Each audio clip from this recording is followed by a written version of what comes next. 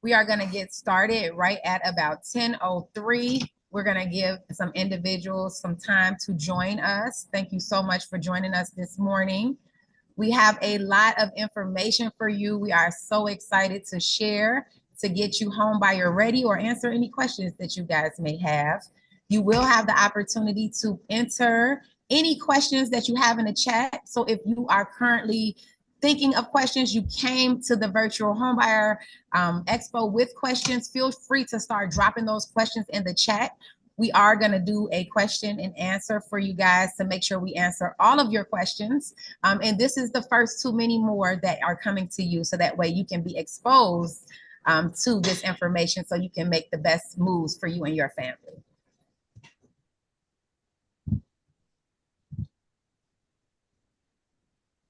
Hey, Veronica.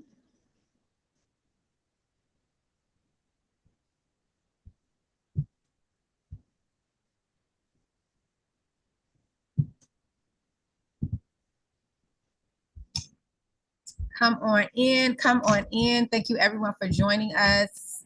I know some people are still coming in, but just letting you know we are gonna get started about 3 to 5 minutes into it. We just wanna give everyone a chance to enter.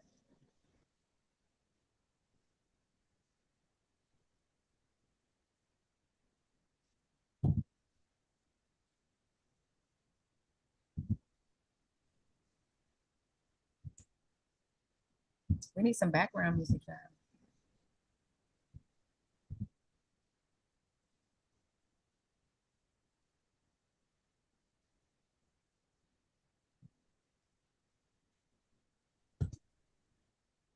Too bad I don't have none of my speakers that sing.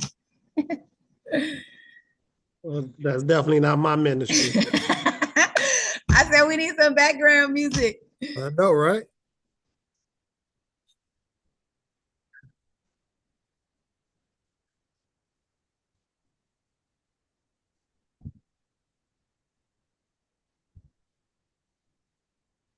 Hey, Devin Burke, welcome.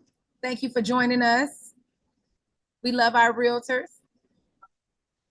Hi, Serene, Dewan. I won't be able to say everybody, but just want to say good morning. Good morning, Janetta and Monica.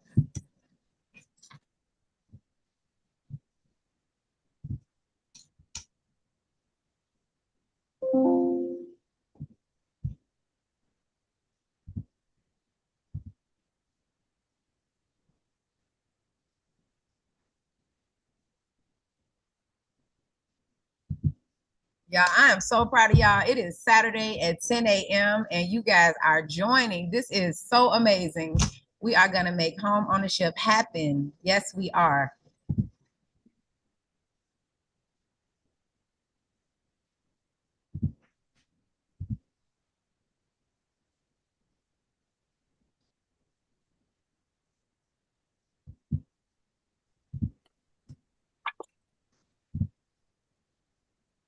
I can't sing either, y'all.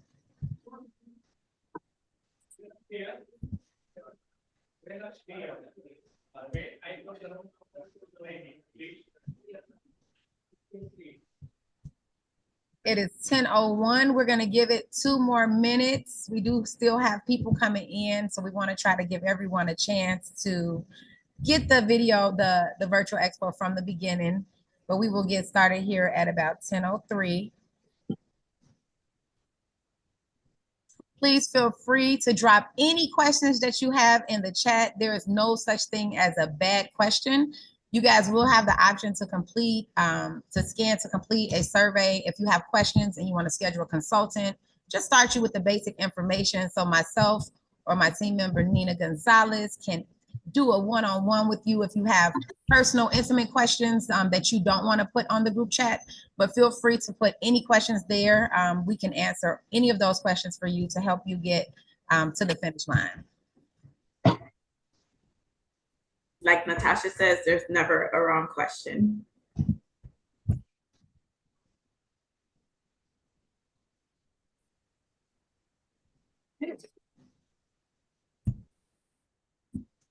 Wow, the numbers keep creeping up. I know, I'm like, I want to make 45. Come on, y'all. Let's go. Let's go. Come on in. It's raining, but it's not gonna stop us, right? Because we on Zoom. Well, it's raining in Chicago for any of you guys that are where it's a little gloomy today for any of you That's guys. just holy water. Holy It is water. not raining God in is New Orleans at baptizing. all. It's God is just hot in New baptizing this Orleans. No rain. homeownership expo. He That's- baptizing it right now. We have no rain in New Orleans. It's just hot. It's hot. Hot. I expect it to be rain in New Orleans or some Yeah. type of on and off with it, no? I don't even know what to It's call this. hot and sunny. Yeah, we actually have a heat advisory today. It was like 90 degrees at 8 o'clock this morning. So I don't know what to call this heat in Houston. yeah. I love my speakers is we nationwide on the expo. They coming in from New Orleans, Houston. That's what I'm talking about. I see. It's a desert heat in Houston. And is it humid over there in New Orleans? Or not? Very, very humid. Very humid.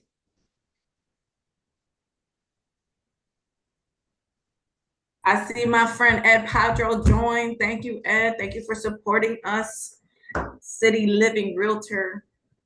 Great resource for renovation. Thank you, Ed.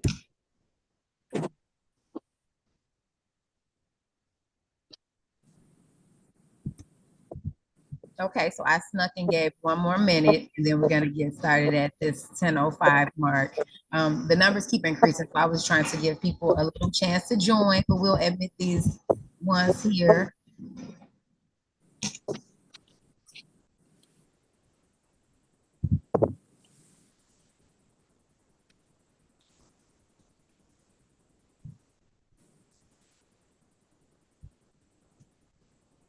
Got it. So guys, we are going to get started here. As soon as I say that, we have to admit more people, but we are going to get started. Good morning. Happy Saturday. My name is Natasha Robinson. I am your loan officer. My co-host this morning here is Miss Nina Gonzalez, my team player. We together make it happen over here at Guaranteed Rate Affinity. Today, we are going to be having our virtual home ownership expo. I have a very big team coming to you guys today to walk you through the process. These individuals are not just anyone seeking a client. These individuals have done the process. They own homes. They've been in the business for a long time, and we have been working together for years. This is my first virtual home buyer expo. I'm excited to bring it to you guys today. It is needed. We have a lot of individuals that have a lot of questions and all of that good stuff. Just so you know a little bit about me, I am a loan officer. I am a mother. I am a daughter, a friend. I am a serial entrepreneur, and I am a real estate investor. I started my career out just because simply my dad lost our property to property taxes, and I wanted to own a home one day. I was able to purchase property and unknowingly became a house hacker, which we will talk to you about in this program. And I was able to use real estate to help me build generational wealth, is what we kind of see on Instagram and social media. Everyone talks about generational wealth, right? But I didn't even know I was building generational wealth. It really helped me go from a $2.05 waitress job to leading to being a branch manager today and managing and being able to service many clients, thousands of clients over the years that I have been in this business. And what real estate did for me was it gave me the confidence and it gave me the money and equity that I never dreamed that I would have. So when we come to you today as it relates to home ownership, our goal is just to educate you. Every transaction is not going to be the best transaction. I'm never going to close a loan for you because I want to make a commission or whatever the situation is. We are here to give you real information so that way you guys can do what actually makes sense for you and for your family. And I will go ahead and let my co-host, Ms. Nina Gonzalez, introduce herself, and then we'll get you guys right started. Nina Gonzalez here. Similar to Natasha's story, I started in real estate by mistake, and I've been able to build wealth and take my family out of what stereotypically should be a lower middle class family, but due to real estate, I've been able to send my kids to college, give them their first cars, and live a good life where I want to invest those same attributes to my communities. So I focus a lot on down payment assistance and my partnerships throughout city municipalities, the federal government, and Cook County or the county government to bring funds and assistance and money and contributions and innovation and infrastructure to all the neighborhoods that I can impact. So when new programs come out that you guys hear about, I usually get a call on the bat line saying this is coming, and we prep not only our clients, but also our business partners, advising them, hey, $10,000 is coming, or there's a new development that's going to come up. And we use that and we leverage that to build our community.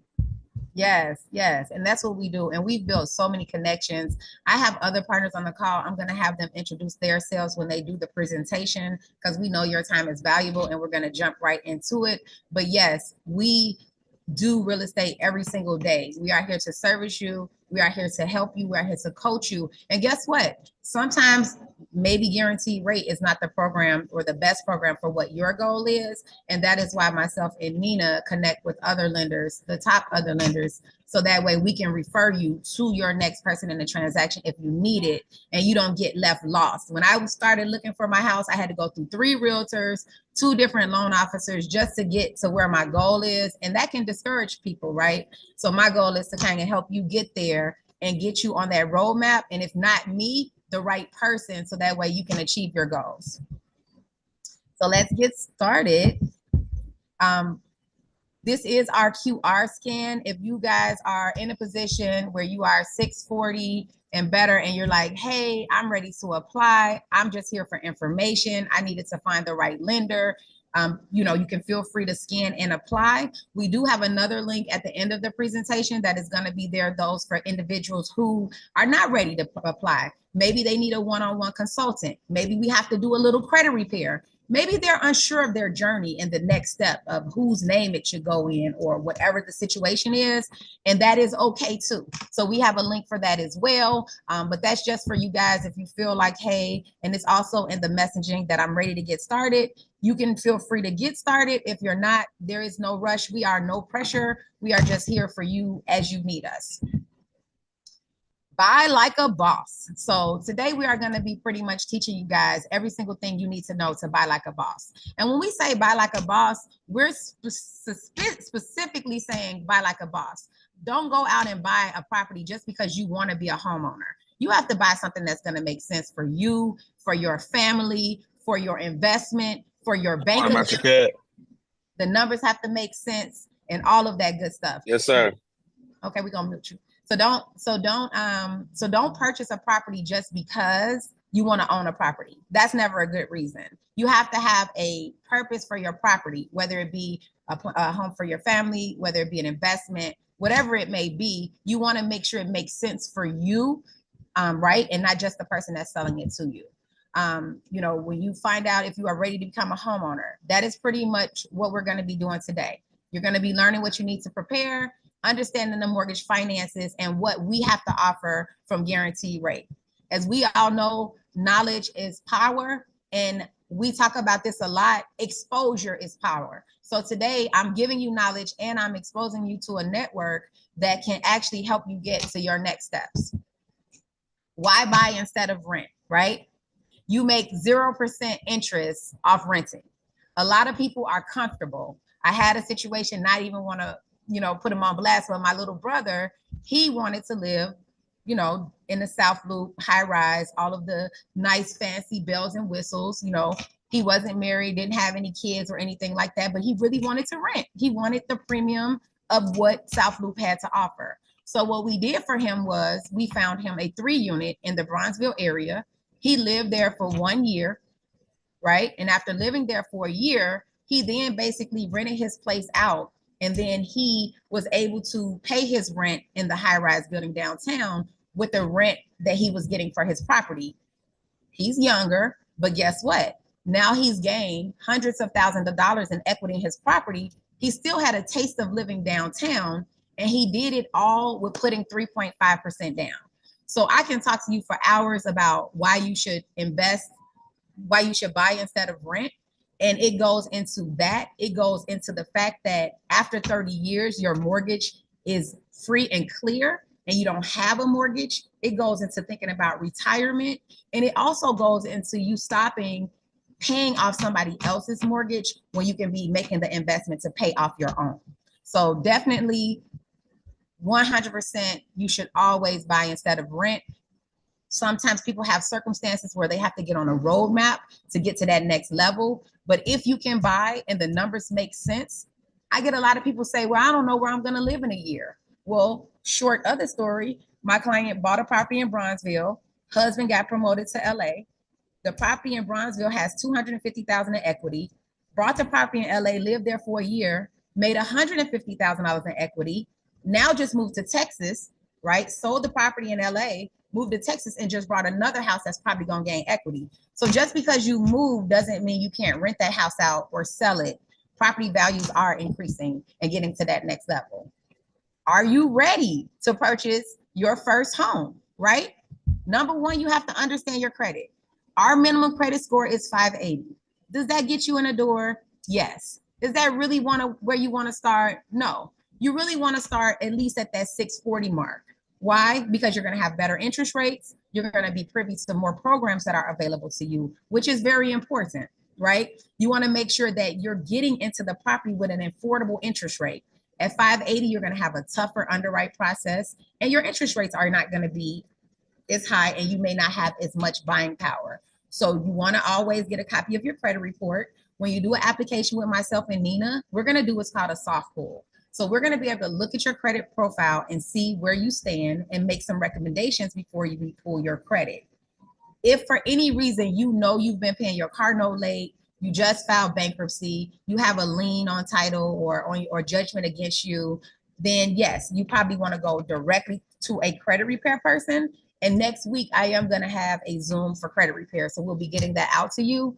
But if you feel like you're close to becoming ready, then you want to do that application. And then me and Nina can consult you on what your next steps are. Budgeting is important. When I do your pre-approval, I cannot see if you gamble. I can't see if your kid is in Catholic school. I can't see anything, right?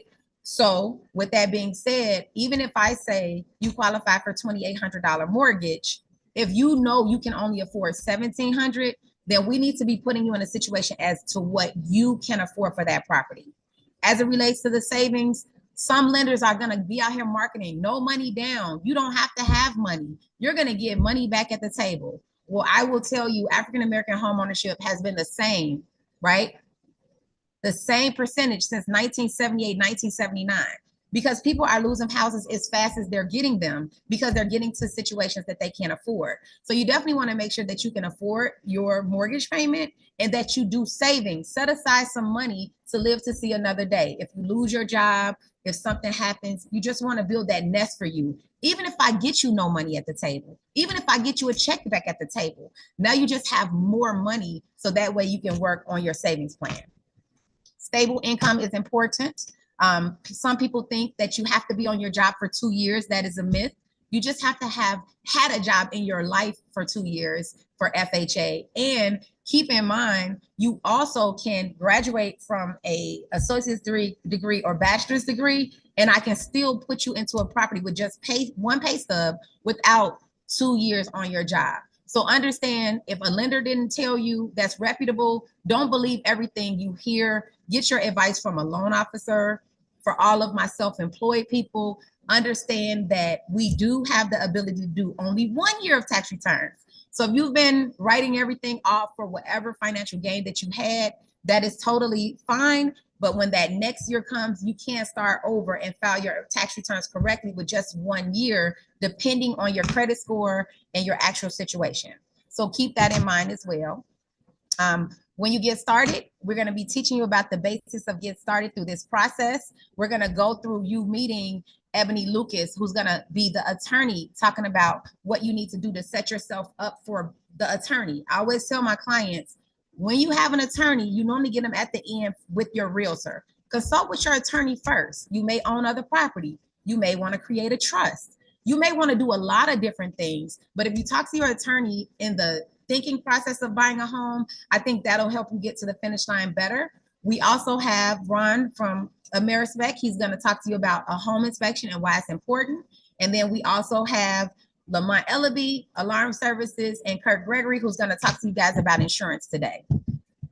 That is pretty much the basics. But when we talk about the basics, we go through kind of how to afford that home. And I'm going to bring Nina in on that right now, because she does a great job breaking down the affordability part of it. So Nina, if you want to go and tell us about the affordability part of the loan. So we want you to think like a bank would, right? So let's say that your best friend who is always negative on their account, who constantly spends all of their check on, you know, takeout and going out to party. If they asked you to lend them $1,000, how would you feel about that? It would make you feel a little uneasy, right? So that's the same way that a lender looks at you. They want to make sure that you have the basics and the structure in order to manage this monthly payment. Now, I want us to focus on what Natasha said earlier. Think affordability. If you can afford the monthly payment, then it's your time to buy. Don't feed into what the media says about interest rates. Let's not think about all of the naysayers, but there's investors and developers in all of your neighborhoods throughout the United States of America who don't care about an interest rate. They're going to purchase property. And instead of them making that profit, you could be the one gaining that equity. What do we look at when we're trying to qualify you? It's based on your gross income. And for self-employed people, it's based on your adjusted gross income. So we look at your income, we get it analyzed, and we do an analysis that's called your debt to income percentage. We review the items that are reported on your credit. So we want to make sure that your monthly payments can afford this mortgage. If you have the opportunity to start paying down debt or not get a car note until you buy your property, that is the route to go. And why is your credit important? Just like I talked about that friend that like mismanages their money, that history, it's so impactful on how we're going to lend you hundreds of thousands of dollars that you can leverage to make equity and to be able to later on, you know, think about retirement comfortably. Okay. We obtain a credit report, and somebody had a question. So we obtain our credit from Equifax, Experian, and TransUnion. And we use the middle of those scores to qualify you. Okay. So if you have a 680, a 700, and a 690, we're going to use that 690 credit score to get you qualified for the pertinent program.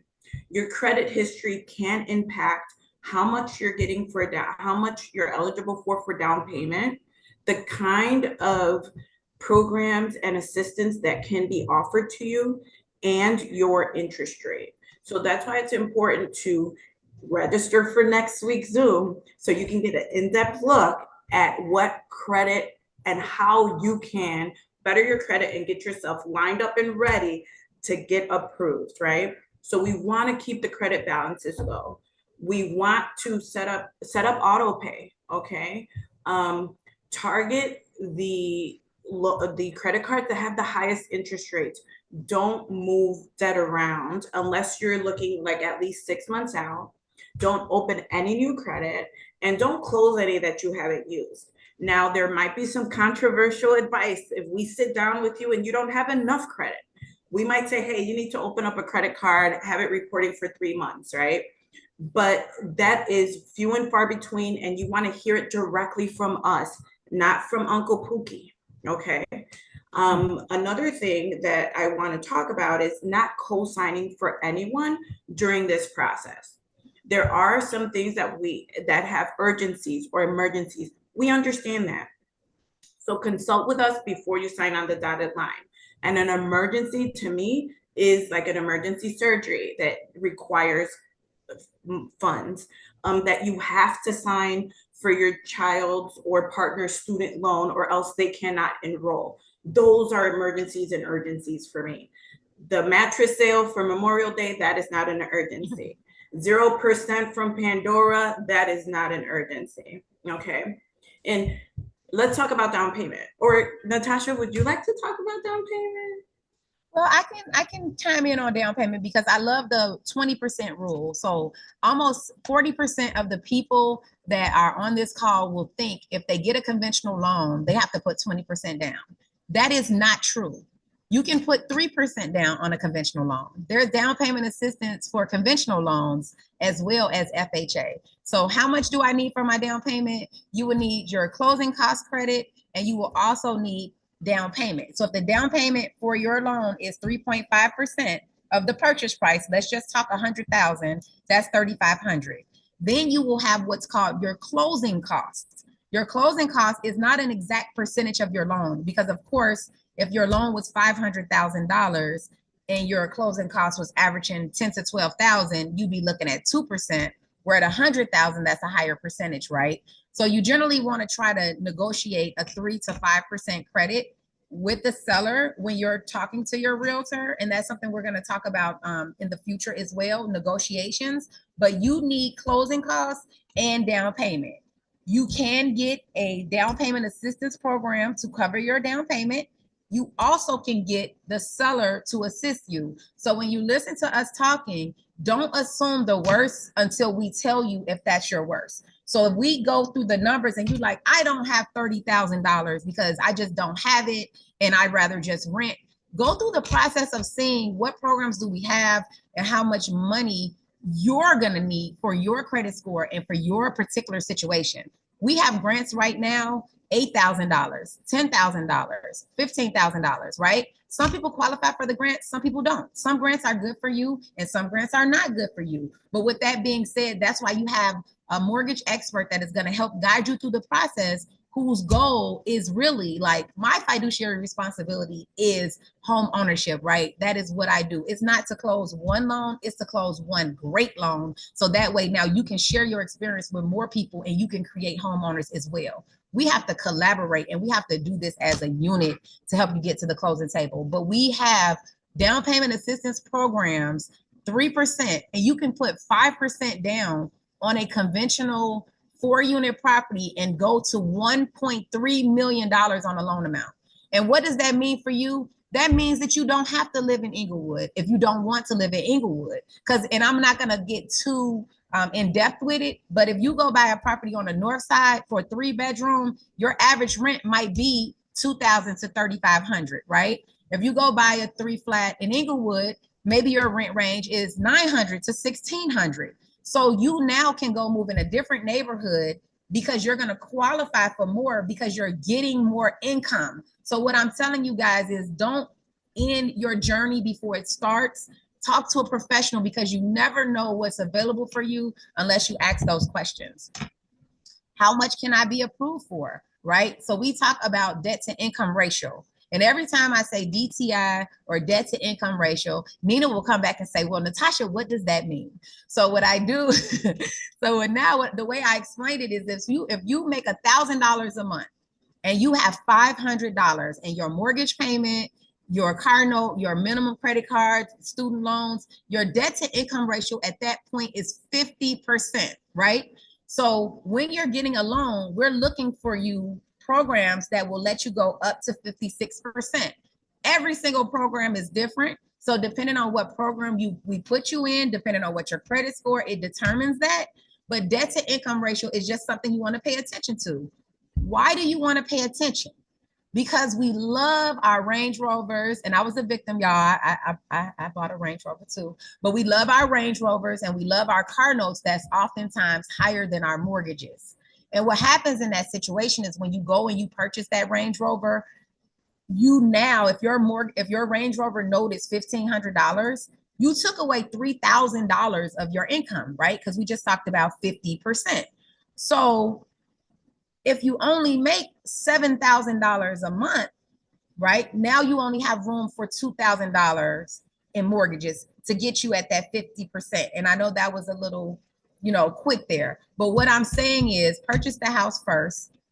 Debt to income ratio is a real deal. I just had a client right now who co-signed for someone right in the middle of his purchase. He didn't think that it would hit his credit. It did.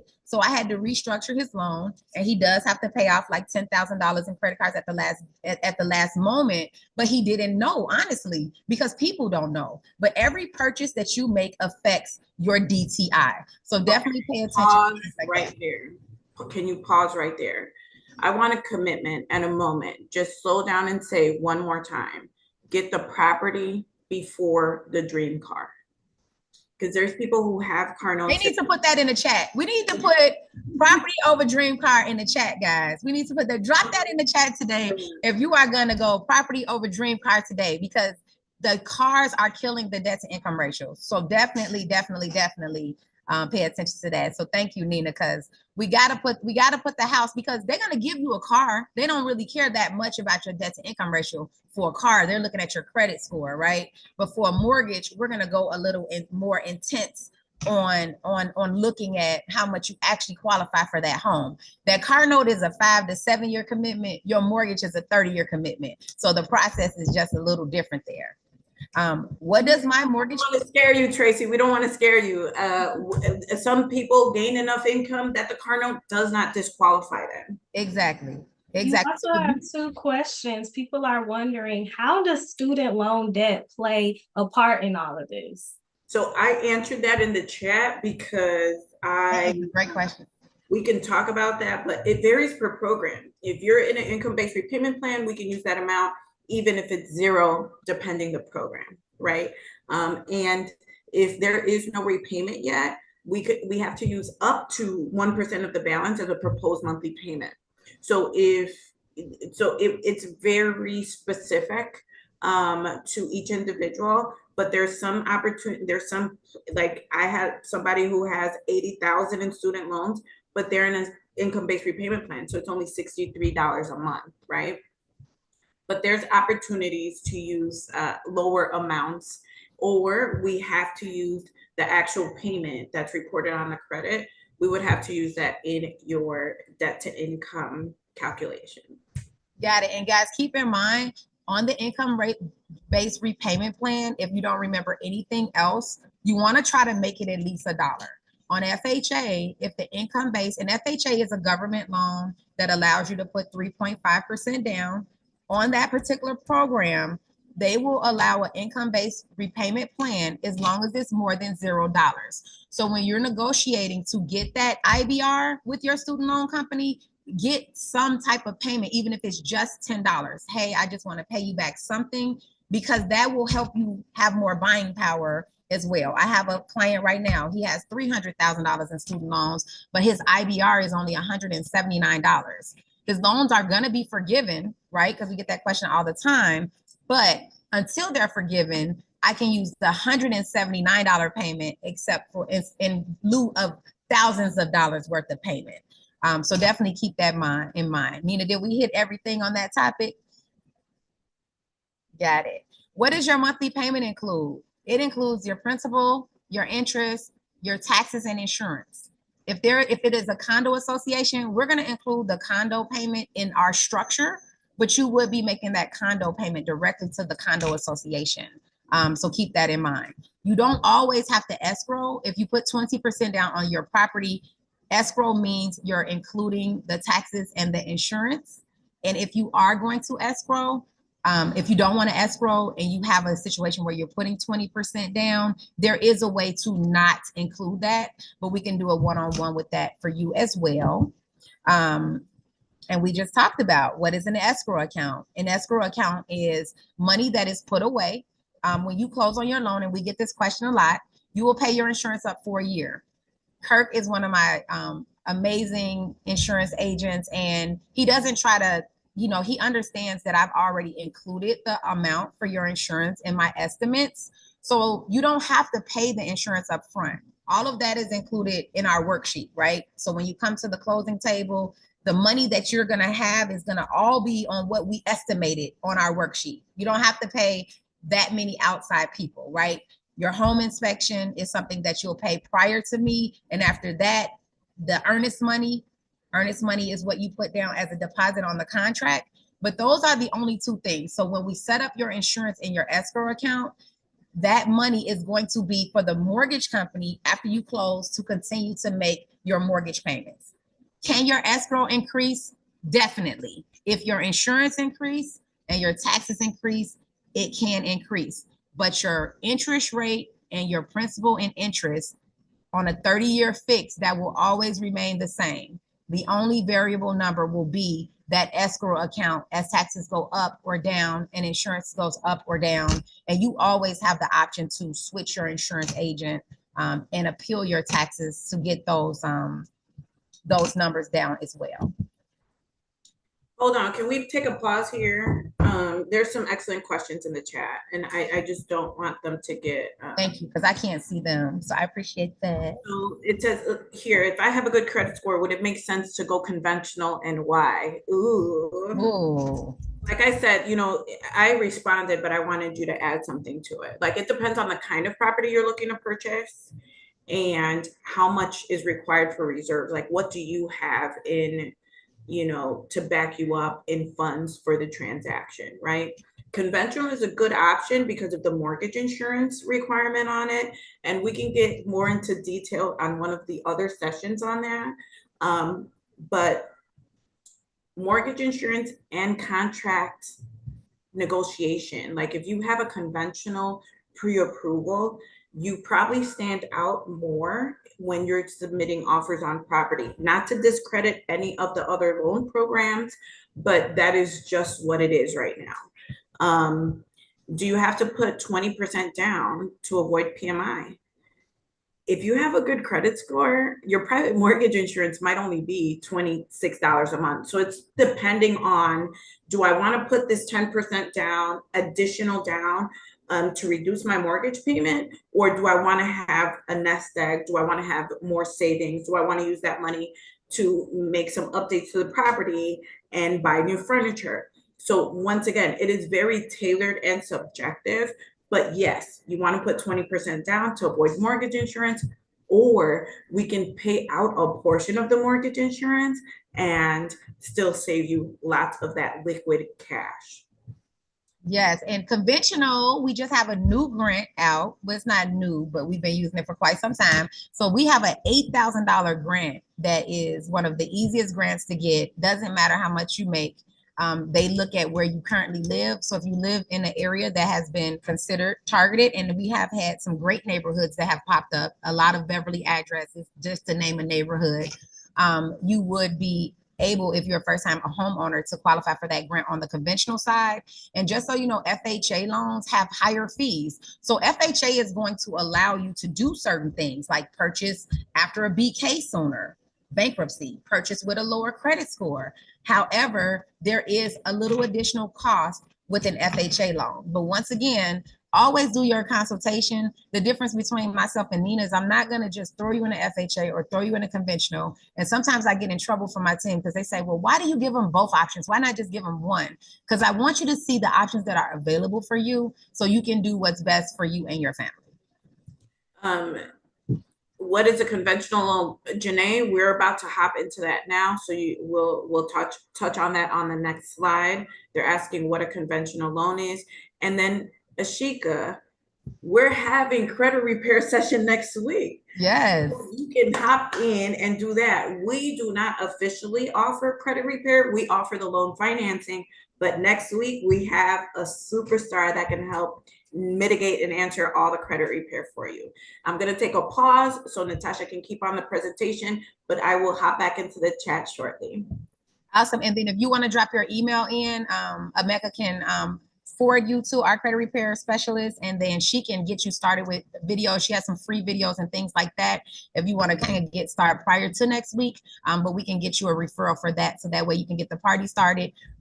Myself and Nina, we understand credit, but we try to have the professionals, and we try to work with professionals that's going to give you a way to fix your credit for free, maybe have some inexpensive options, so it's not kind of pay, but it's giving you the options. Of course, paid credit repair will help you quicker, but there are a lot of free options available, and you may not need credit repair. You may just need to do some minor things to your credit to jump the scores up. So we're going to talk about some of our programs today, loans that fit your life, fixed rate mortgages, right? pretty much lately for the past like 7 to 8 years, we've pretty much been giving out straight fixed rates. Like I mentioned before, it just means your interest rate will remain the same. So 99% of the loans that myself and Nina have been offering have been fixed rate mortgages. ARM rates are rates that will adjust. Back in the day, your ARM rates were lower than your fixed rates. Today, they've been about the same or more. So adjustable is not as common for regular lending, like 1 to 4 unit owner occupied, but you'll see this term more when you're working with commercial or hard money lending and things like that. Other loan options are jumbo, conventional renovation loans. I am a renovation specialist. When I say 203K, you guys can just say all day because we are doing those regularly and we are able to get listing agents to accept your offers.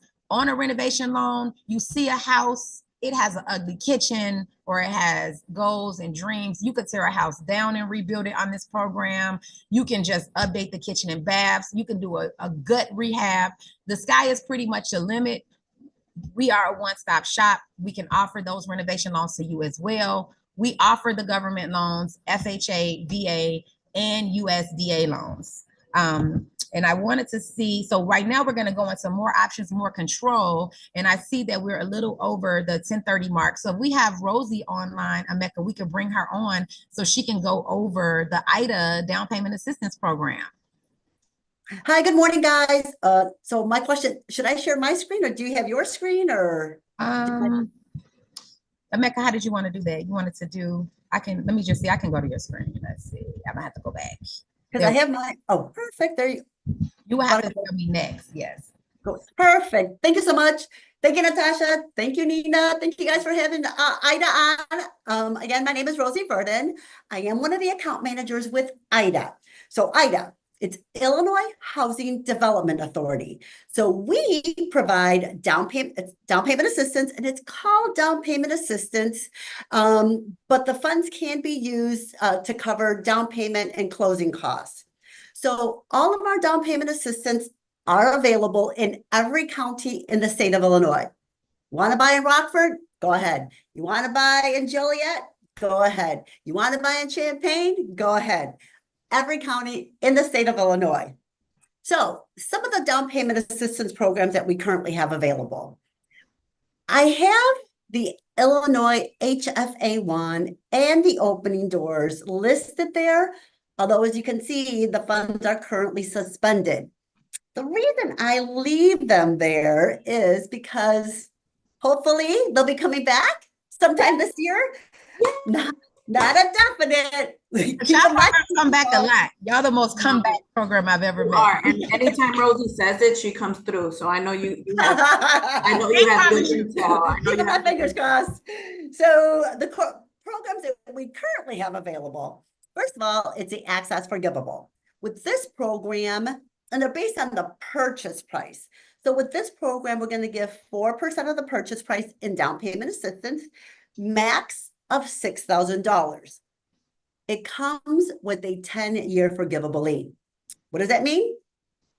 What that means is if you stay in your house for 10 years, after 10 years, you do not have to pay back any of the down payment.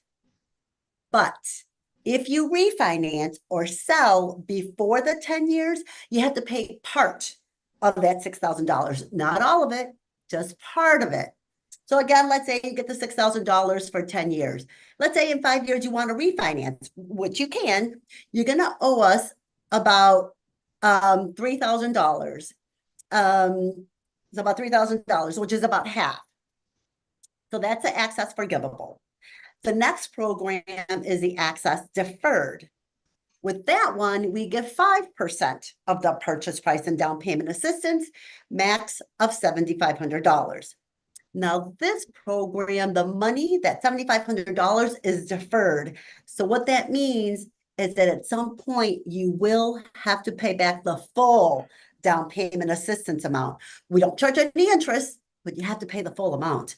I always say that's kind of like, you know, a relative of yours is going to be giving you $7,500 to help buy your house with the down payment or closing costs. And what do they say? They say, pay me back when you can.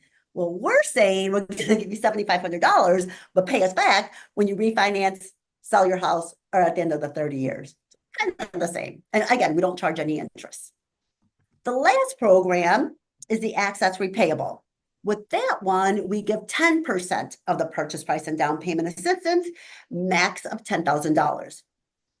Now, this one, you are paying it back on a monthly basis. It's going to be a second mortgage payment. It's separate from that first mortgage. But that $10,000 comes with a 10-year term at 0% interest. So that monthly payment would be $83.33 a month. So again, these are the down payment assistance programs that are currently available. Now, as far as qualifying, so for IDA, for Illinois housing, we ask that every buyer have a middle credit score of 640. All of our down payment assistance programs can be combined with an FHA, VA, rural housing, if you want to live in the country, and conventional. And on our, I know we're talking about conventional loans. On our conventional loans, we do ask for 3% down. FHA is still going to be 3.5%. VA and that USDA loan, it's still going to be 100% financing. So all of our programs are available, again, in every county in the state of Illinois. All of our programs have to be for the purchase of a primary residence. It cannot be for investment property, unfortunately. And all of our programs are available to first-time buyers and repeat buyers. So if you're a first-time buyer, great, congratulations. But you don't have to be a first-time home buyer. So if you currently own a home, let's say you want to keep that house and use it as an investment property, yeah, you can use the IDA funds to buy your primary residence owner-occupied property. So again, if you have a home, want to keep it as a rental, that's great, but you have to use the IDA funds for the purchase of a primary residence. And then another thing that IDA requires is that everyone that's going to be on the loan, whether you're a first-time home buyer or a repeat buyer, everyone that's going to be on the loan has to attend home buyer education. And then we do have information on our website where the list of the home buyer education courses are listed. Couple other requirements, as I mentioned, funds have to be used for the purchase of a primary residence owner-occupied property. We do allow for the purchase of a single family home, a townhouse, a condo, and we do go up to a 2-flat. We do not allow a 3 or a 4-flat, but you can go with a 2-flat. So as I said, primary residence. So yes, you have to live in one of the units, but you can rent out the other. Again, we're talking about us building that generational wealth. There you go. You have an investment property, kind of. So again, start earning income from that second unit. And Natasha mentioned earlier, family member purchased that one property and then kept it, bought another property. So again, there's a way to start. This is your way. Listen to Natasha and listen to Nina. This is our way of trying to help you build your wealth. So another thing that we do have is we do have income limits. And our income limits, guys, just increase. Hope you guys know that. So our income limits just increase.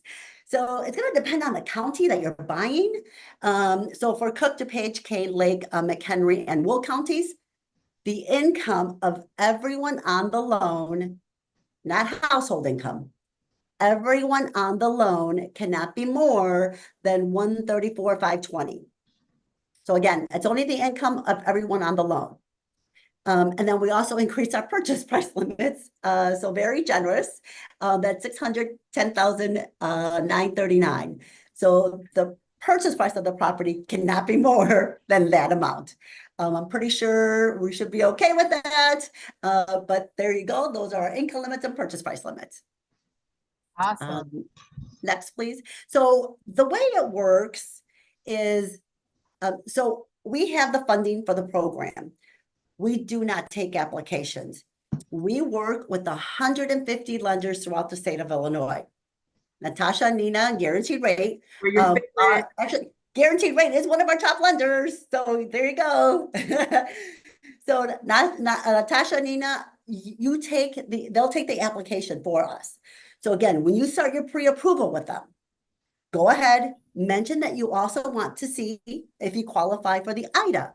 They're going to have your information there. They're going to say, okay, here you go. You need $6,000. Let's go with the forgivable. They handle it all. We don't look at anything. Natasha, Nina, and their team, they handle it all.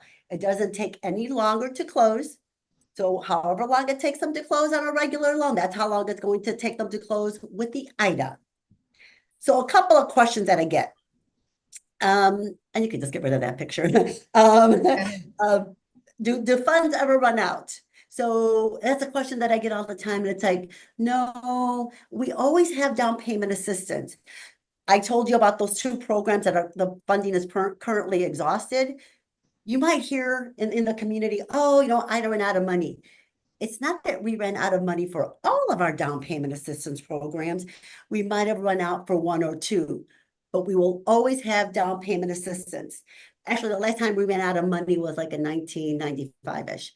But, again, I pretty much work for Nina and Natasha. If they have any questions, they reach out to me. Other than that, they are the ones that know IDA, so they'll be able to help you with anything that you need. And then the only other thing I do want to add, as far as other down payment assistance programs, I know, Natasha, you kind of touched on this. Some other down payment assistance can be combined with IDA. And again, Natasha and Nina will let you know which ones can be combined. They are the ones that Natasha and Nina know which other programs are out there. I just talked about the ones that are through Illinois Housing, but they know better as far as which other ones are out there and if they can be combined. So thank you, guys. That's all I have. Thank you for having IDA on. Does anybody have any questions right now? And while we see if we have questions, thank you, Rosie. I have a little secret to tell, but when I first started 8 years ago, I came out marketing to the industry with renovation and IDA. So I did my first one, I winged it. And oftentimes my clients were able to get better interest rates, and Rosie always helps us get through the process. What I love about you guys is that they are the underwriters and the servicers of the loan. So that loan is pretty much going to stay with US Bank, which is their partner. So with that being said, oftentimes when we need to call for certain things or something is a little blurry with the guideline, Rosie always kind of jumps in and helps us out. So as you guys can see, we have full support even from our down payment assistance vendors, direct phone numbers and contacts, so that way we can help you guys get to the finish line. And we do have a few questions in the chat. Hazel wants to know, is there a disadvantage to getting an IDA grant? Like, do we get a higher interest rate? So it depends. It depends on the market. So lenders have their own rate. So it's based on market rate. Our rates are not the same as market rate, not what lenders can offer. Our rates are based on mortgage revenue bonds. So it varies. Sometimes our rate can be a little bit higher. Sometimes our rate can be a little bit lower. So as far as a disadvantage, it kind of depends on what the market's doing, actually. I know our rates were a little bit higher a couple of weeks ago, but last year our rates were really low. But again, it's just based on mortgage revenue bond. Lenders set their rates based on a different parameter. So yeah, it kind of depends on the day that you're looking. Disadvantage that I could think of is if IDA is the only way to bridge that gap to be able to purchase the loan, not taking advantage of that would be a disadvantage, in my opinion. And then Ivy would like to know, how can she apply? She wants to see if she qualifies. So you would complete Emeka, if you want to redrop the link, and actually that is our next slide. You can scan to apply right there. Or I gotta click the button. And then you can scan to apply if you guys are interested in applying. And what's gonna happen is you'll put in your information. It's gonna pull a soft credit pool. And then myself or Nina will give you a call back. and then we will go over your profile. We'll let you know what you qualify for, what your rate would be, and then if you want to move forward with the actual pre-approval, we would do the hard pull from there. Like Rosie mentioned, rates are different, so you have access to IDA, and there's other partners that we use, and then as your expert, we let you know what makes the most sense. If the going rate for FHA is 6.2 and IDA's rate is 7.2, then we will go over those options with you. Whereas IDA I had a client that did not want any down payment assistance, period, right? And I had to explain to her that the IDA rate was not only giving her a lower rate, it was also giving her lower monthly mortgage insurance, which is something we'll talk about, in one of our other presentations. So the IDA was better, and she was getting $6,000, right? So with that being said, as your expert, we'll let you know what makes sense for you on that consult call. And I don't know if Nina, you wanted to chime in on that. I wanted to chime in on some of the other questions that are in the chat and then give an opportunity to transition to our partners. But Ed had a very good comment. Can IDA be combined? Yes. Like Natasha and I have closed deals where IDA is the first down payment assistance. Then we use the CHA down payment assistance and gave our clients a total of $16,000, $17,000. So there are programs that can be layered, but then also there are programs that cannot be layered. So just because they're available doesn't mean all of them can be combined because of the source where they get the funding, right? Do we have programs like this in Michigan? And can you work with guaranteed rate? Yes. A lot of states have housing bond programs. So just like IDA is here in the state of Illinois, there another housing finance agency in Michigan that we are already approved for and can assist you there. And just so you know, I'm licensed in a good 19 states or so. So Michigan, New York, New Jersey, Wisconsin, LA, Texas, pretty much where most of my clients live, I'm already licensed, or, my team is licensed. So definitely ask us because we might be licensed in that state, probably 85% of the time. Janae is asking if her and her spouse have to apply together. Great question. Usually, Natasha, take that one. So I'm excited about that question because we like to build power couples, right? So if you qualify for the home by yourself, and you can always speak to your attorney, right, for the legality of things. But if you purchase the home and you can qualify by yourself, we always recommend that you do it in one person's name. Why? If you're married, technically you both own the house anyway, right? And then in some state laws. And then in addition to that, say for instance, you had a hardship and you had to pay your mortgage late or whatever the situation is, you have that other person that can save you. But also, you can only get one FHA loan 95% of the time. There is ways that you can get another one. But if you were in that house and you just wanted to go into another FHA loan, now that your spouse can purchase in their name. So you can utilize both of your credits to powerfully take advantage of the down payment programs, but you do have to, the low down payment programs, but you do have to occupy each residence. So to answer your question, if you qualify, one person qualifies, I recommend you do it in their name and leave the other person for the rainy day or the other future transaction that may happen. There is a question for Rosie in the comments, and then we're going to transition to our partners. If you were to own or occupy a duplex and you received the forgiven access loan, but you moved out before the 10 years and you rent out both units, do you have to repay the down payment assistance? Good question. So yeah, on the forgivable, the $6,000, that was that the one? Yeah. So the forgivable, the 6,000. So a couple of things. So if you do move out before the 10 years, yes, you do have to pay part of the $6,000, not all of it, but part of it. In addition, so all the loans, IDA loans, again, have to be for the purchase of a primary residence owner occupied. So that property has to remain, that 30-year mortgage has to remain owner occupied For as long as you have that mortgage loan, that 30-year, that first mortgage, that property has to remain owner occupied. So if at any point you do want to keep it, so let's say you use the IDA funds, you purchase that duplex, now you want to move out and rent out both units. But now, because you do want to move out, it's going to become rental property. We do allow it, but you have to refinance out of that IDA mortgage, because that IDA 30-year mortgage, at closing, you sign a paper that says the property is going to remain owner occupied. You have to live in that property for as long as you have that first mortgage. But again, yes, you can rent out both units if you want. You can move out. You can keep that property, but refinance out of that first mortgage before you do that. Thank you. Awesome. So we will get, and thank you so much, Rosie, for coming to us on a Saturday. We appreciate you guys. And we do offer the IDA grant. We are the preferred lender for CHAC. That is the Section 8 program. They have grants up to $20,000, which can be explained case by case. We talked about the $8,000 grant today on the call.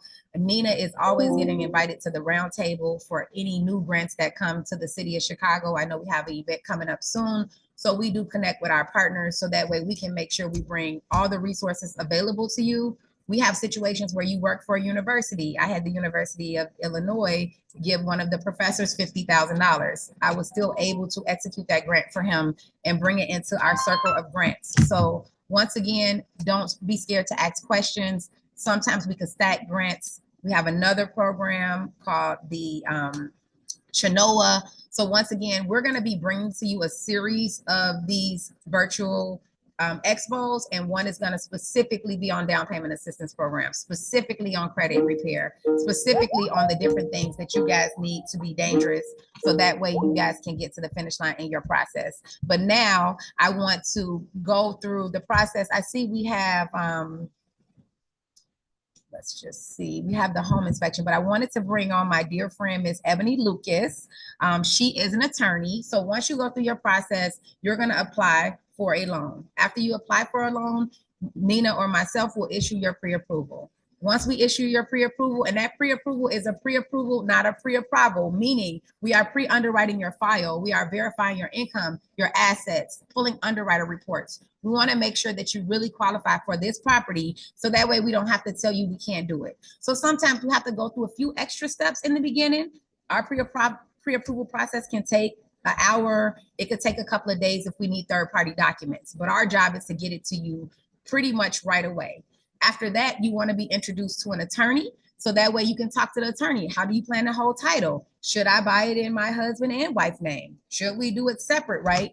Those are all legal questions. So I wanted to bring on to you guys now, Miss Ebony Lucas. She is a serial investor. She is my attorney, and she kills it as it relates to dealing with landlord issues in court and things like that. She is an awesome attorney when it comes to real estate altogether. She definitely understands it. So Ebony, if you want to come on, introduce yourself. Hello. So do I need to share my screen, or is my... Yeah, because I think I don't have your slide deck. I'm sorry. Okay. I might have the wrong one. One advancing right now. Are they advancing to mine or no? Yes. So you want me to stop share so you can share? Yeah. Give me 1 second. Let me see if I can find it. Yeah. Nope, that's not right. And guys, if you have any attorney questions, feel free to drop them in the chat. Ebony is going to talk about that process of obtaining your attorney and what attorneys do. I get a lot of people that ask me attorney questions, and I answer them right to the best of my ability, but I always encourage them to get legal advice from a licensed attorney. I also encourage you guys to do that too. Please understand that your mother, cousin, as Nina said, Uncle Pookie, they are not attorneys, and they're going to give you their feelings of what they think. And I want you to focus on what the law is for what you need to do to make sure that you don't have to deal with certain things later. I had a situation where Ebony was not available, and I had to use a different attorney because she was traveling, and I ended up with a major problem on my title. So now I will wait till she returns if I'm going to close the transaction, because the attorney is very important. So definitely, Ebony, please share with us all the gems on having a great attorney. Absolutely. Thank you so much, Natasha and Nina, for having me here today to talk about home buying. So let me tell you a little bit about me. I'm a real estate attorney and an investor. I currently own properties in Chicago, New Orleans, and Florida. My properties are both short and long-term rental. Short-term rental is Airbnb, VRBO, those types of things. And I represent buyers and sellers in purchases, and I also represent landlords in evictions. On IG, I am at Lucas the Closer. So why is home ownership important? Home ownership is important for a variety of reasons.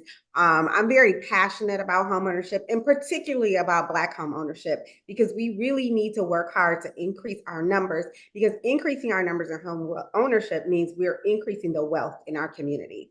So 70% of wealth in America is built through home ownership, and 98% of millionaires in America own real estate. That means just about every millionaire in America owns real estate. Why is that? Real estate gives you the ability to leverage. So when you buy a property, it goes up in value. As it goes up in value, you build what is called equity. That equity can then be used to do other things. It can be used to pass down to your family, and that's how we create generational wealth. I'll tell you a fun story about how we built equity in the home that I purchased. Hey guys, and Ebony, I'm sorry to cut you off. The Emeka, they're seeing the scan in the Zoom. So if for some reason, I don't know if Ebony's screen isn't connecting to the live, just want to make sure that he's hear what you're talking about, Ebony. Okay. I see her presentation. Okay. Yeah. I think it's the live that's having the problem. Okay. Okay.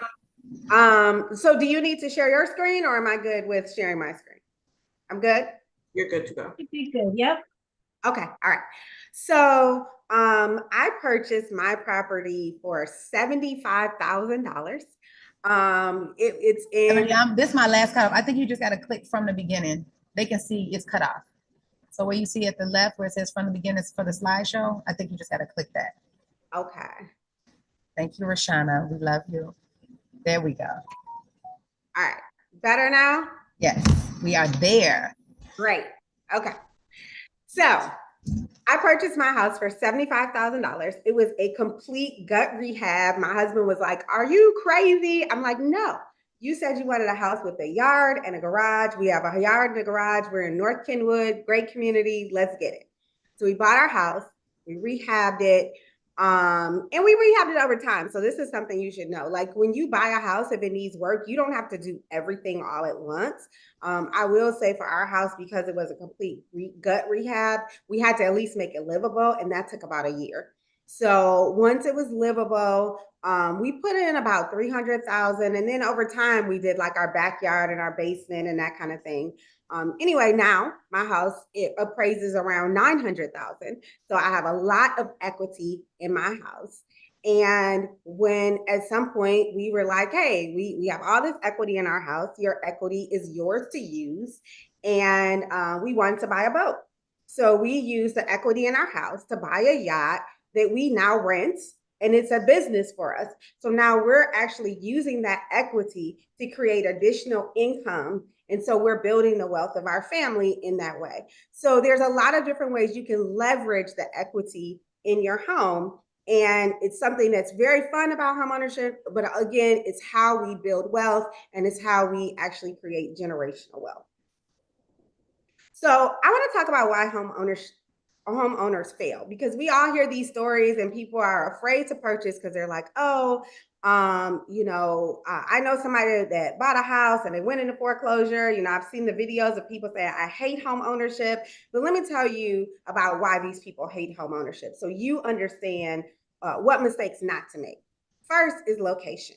You have to be cognizant of the location where you buy. It has to be a location that's close to work. If you're buying a home that's 2 hours from work, you're going to hate it because it's going to be a long commute. You're going to sit in traffic. It's going to be miserable.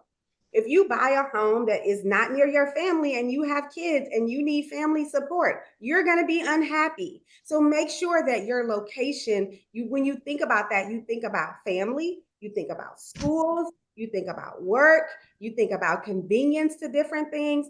For me, when I moved from Michigan to Chicago, I knew I wanted to live in the city. I love living where I'm near downtown and it's very accessible. If I was living somewhere else, when I met my husband, he lived in Calumet City. Calumet City was not for me because it was too far from the city, too far from my friends.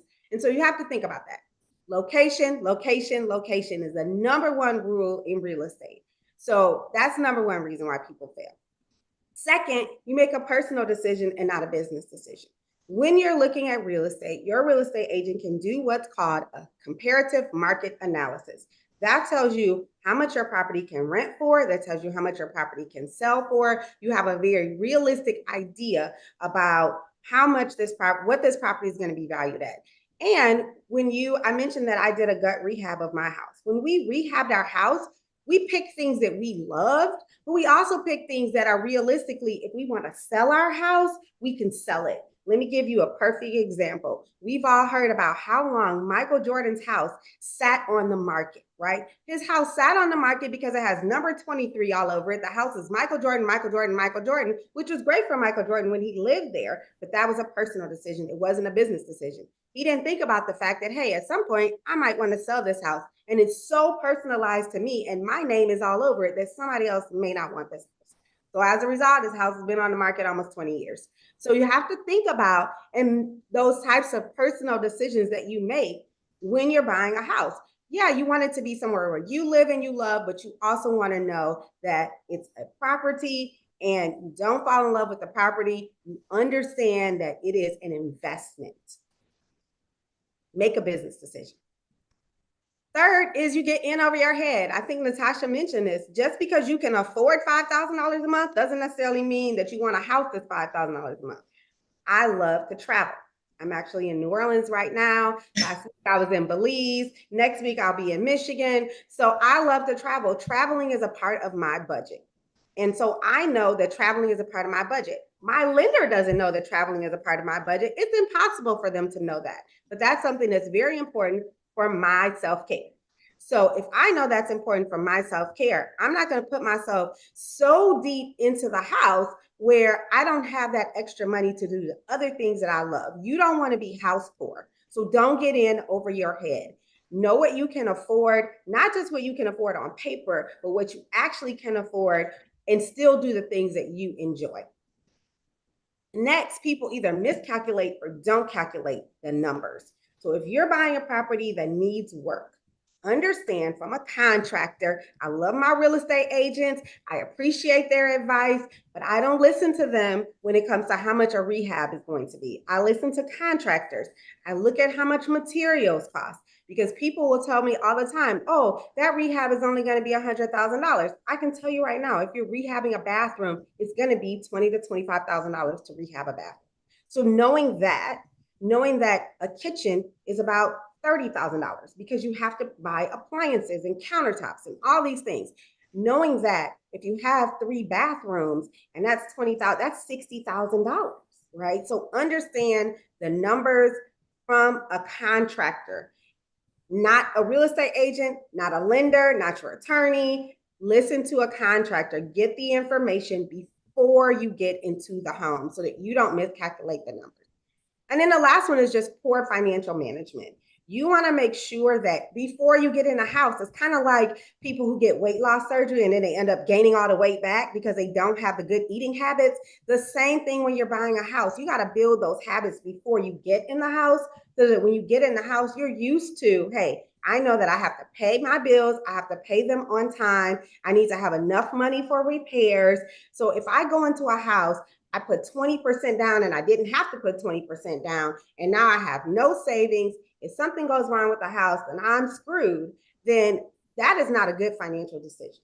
So we need to make good financial decisions walking in the door. So the first thing you want to do is set yourself up to win. You start by save, save, save. Natasha mentioned this. I saw in the chat a question about these programs where you don't put any money down. The biggest downside of the programs where you don't put any money down is that unless it's a grant means free. A grant means you don't pay it back. If it's not that, so some of these lenders that are saying no money down, they're giving you what's a second loan. The second loan is a payment that you have to make. It also carries a different interest rate, and it increases your interest rate on your first loan because now you have less equity in your property. So if you're coming in with two loans, you're coming in with two loans at a higher interest rate. So you want to make sure that you have savings in place. Again, this is by having savings in place, now you're already on the road of having good financial habits before you jump in and purchase a property. So create a budget for yourself, cut or reduce expenses. Nina mentioned this. Cook, entertain at home, reduce the trips, reduce the online shopping. Think about those places where you can make cuts so you can put yourself in a position so that when you purchase, you are successful, not just at purchasing, but at long-term ownership. Set a savings goal. Know, hey, when I get into the house, I know that I want to make sure that I have an additional XYZ amount of money. That money is for furniture, so I don't have to put furniture on credit card. That money is for landscaping or flowers or garden or whatever else. And oh, by the way, you're like me, you love to travel. When I buy my house, I need to make sure I can also do my trip. So when I'm stressed out, I have that money, right? But I'm not living off of credit cards. Super important. Open a high yield interest-bearing savings account. Why do I say that? A high yield interest-bearing savings account is earning you interest on your money. If you are saving money and it is sitting in the bank and you're earning 0.000% interest or no interest at all whatsoever, you are losing an opportunity to make easy money. A high yield interest-bearing savings account is typically an online account. I have one with American Express, but there's other companies that have them. They're online. So that means it's a little bit difficult to touch it. So now your money is in that savings, you're not touching it, and you're earning money, the highest percentage you can earn on your money on a monthly basis. So now that money you're saving is actually earning money for you. So open that high yield interest-bearing savings account so that that's the money that you have in your savings and you don't touch, so that when you purchase your home and after you purchase your home, you have some money set aside. Monitor your progress. Make sure that you're looking, hey, I set a goal that in 90 days, I want to have this amount of money in my savings account. Make sure on a monthly basis, you're like, hey, do I have this amount of money? No, I don't. Well, let me look at where I spent. Where can I cut back? So make sure you're doing that. A mortgage is good credit. So you don't have to max out on your down payment for your mortgage. You don't have to put 20% down because a mortgage is good credit. It's the lowest interest rate you're going to have. People complain about mortgage interest rates, but you don't look at the fact that you're paying 20% on your credit cards. Nobody complains about that. So, and auto loans, all of those type of loans carry a much higher interest rate than a mortgage. So your mortgage is going to be the lowest interest rate loan you're going to have. You're building equity. You can pay it over time and you don't have to go in house poor. So don't max out on your down payment. Stay within your budget when you're purchasing and reward yourself. I'm not saying reward yourself by balling out and going to buy a car. I'm saying reward yourself just by being like, I'm proud of myself. Celebrate, post it on social media. Hey, I had a goal of saving $5,000 in 3 months and I did it. Celebrate yourself because that makes it fun and it makes it so that it doesn't feel like work or a project. So now you have your money saved and you're ready to build your team. You want to have, and this is the number one thing, Google is not on your team. So I don't want you Googling interest rates. I don't want you Googling your credit. I don't want you Googling properties. I want you to contact real professionals, a real estate agent, an attorney, and a lender. These are the first 3 people you need. You're going to hear from some of your other teammates who like your inspector, your insurance person, your home security. You'll hear about those, but this is your initial team. These are the 3 people you need. You need a real estate agent to find you properties, not Zillow, a real estate agent. Okay, they're going to find you properties. They're going to submit your offer. They're going to help you to understand value. There's so many things that real estate agents do. I am a very experienced investor and I use real estate agents. They are a very important part of my business because they help me to understand value. They have access to systems that I don't have access to. And so I use that as a resource. Your attorney is going to negotiate your terms and your repairs. They're going to protect your earnest money and make sure you're receiving clear title. So we'll talk a little bit more about that. And then your lender, first of all, is going to give you your pre-approval, and then they're going to appraise the property. So they're going to tell you the value, verify the value, and then they are also going to fund your deal. So they are very important to your team. Next, have a mindset for success. That means realizing, number one, that there is no perfect home. There's no perfect home, right? Even a new construction home is not a perfect home. So what are the important factors? Again, location, location, location. Number one important factor, location. Know the realistic value and estimates for repairs. So know if you're buying a 3-unit, how much can the other units rent for? Ask your real estate agent, get that information, know that before you come in. Have realistic ideas about how long it's going to take you to get a place rented. I had a client who was trying to buy a 3-unit and she was like, well, I want all my units rented before I buy so I don't have to pay a mortgage. I'm like, that's not going to happen. So let's be realistic. Be realistic about estimates for repairs. You like it. Not Cousin Pookie, not the people on social media, not your mama, not your daddy. You like the house. Right? So even your real estate agents, sometimes real estate agents, they get excited about a house, but you're not excited about it. Be vocal. If you like it, I don't care what repairs need to be done. I just told you I had to do $300,000 of repairs just to move into my house, but I liked it. I liked the location. I liked that we had a huge yard. I liked that we had a space for a garage. I liked the size. It had the right number of bedrooms. So it had all of those components that I liked. So if you have to do some work, you have to do some work. Just make sure that it's affordable. You understand how much it's going to cost and you understand where the money is going to come. Remember, your first home doesn't have to be your forever home.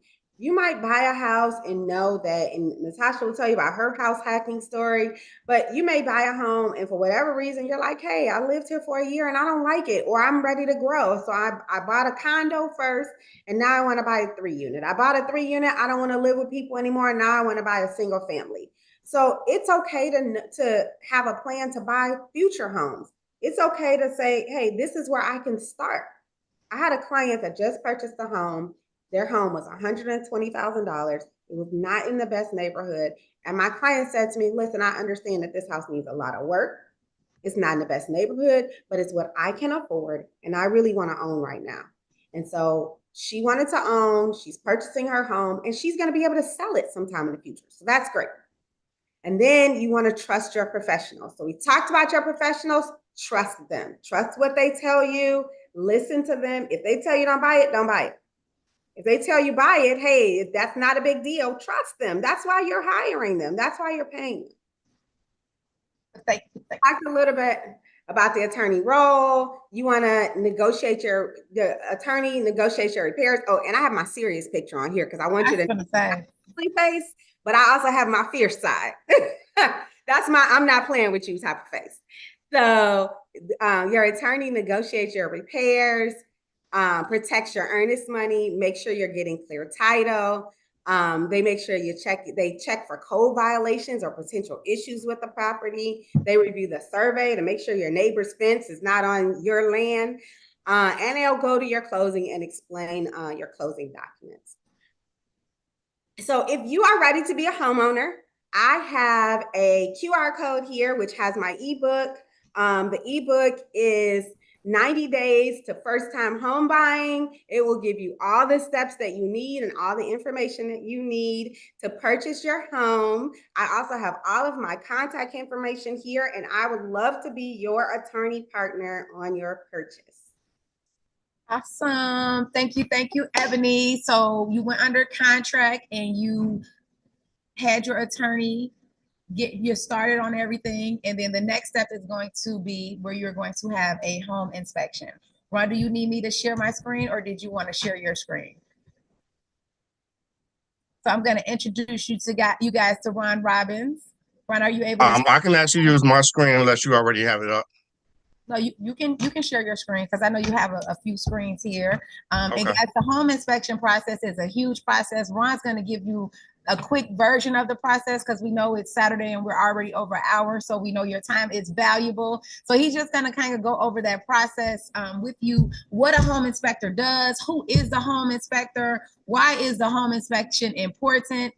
Just so you know, we get a lot of clients that want to go against a home inspection, and I will tell you that there is a such thing as what I call a lemon property. Just like back in the day, we used to talk about lemon cars. So sometimes in making a little bit of financial investment to figure out what you're working with is very important. You don't want to find out that you have a major plumbing problem or a major problem that you could have invested a few $100s in now to either negotiate with that seller to fix or to just find the right property for you. So Ron, come on in. Thank you for joining us today, and tell us about your AmeriSpec Chicago and how you can save our clients some problems by having a home inspection. All right, all right. All right, thank you first of all, Natasha, for having me here. I definitely appreciate it. You, as well as a lot of other people around me, know that this is one of the things that I'm passionate about, the home buying process, along with the inspection. So I'm Ron Robbins, AmeriSpec Chicago, Experience Home Inspections. We've been in business since 1987. I bought my franchise in 2020. And the main thing we want to do is be able to educate you and let you know what is going on with one of the biggest investments that you'll probably be making in your life. So whether it's a residential home purchase, whether it's a commercial property, whether it's a mixed-use property. We want to go ahead and begin here. There's some contact information there. You guys will also get a copy of this slide later on down the line. So you'll have all of my contact information as well. But first of all, what is a home inspection? That's the number one question that, everybody wants to know. Like, okay, what is this that we're paying for? What's transpiring during this process? What's being looked at? How does it work? It's a thorough visual inspection of the structure, inside and out, top to bottom. One main thing, a lot of people think that we may go in there and look all behind walls and things like that. And sometimes we actually do. We've got a thermal imaging device that we use to take a look, but it's gauging from temperatures behind those surfaces and behind those walls. But the inspection itself is actually a visual inspection of that point in time.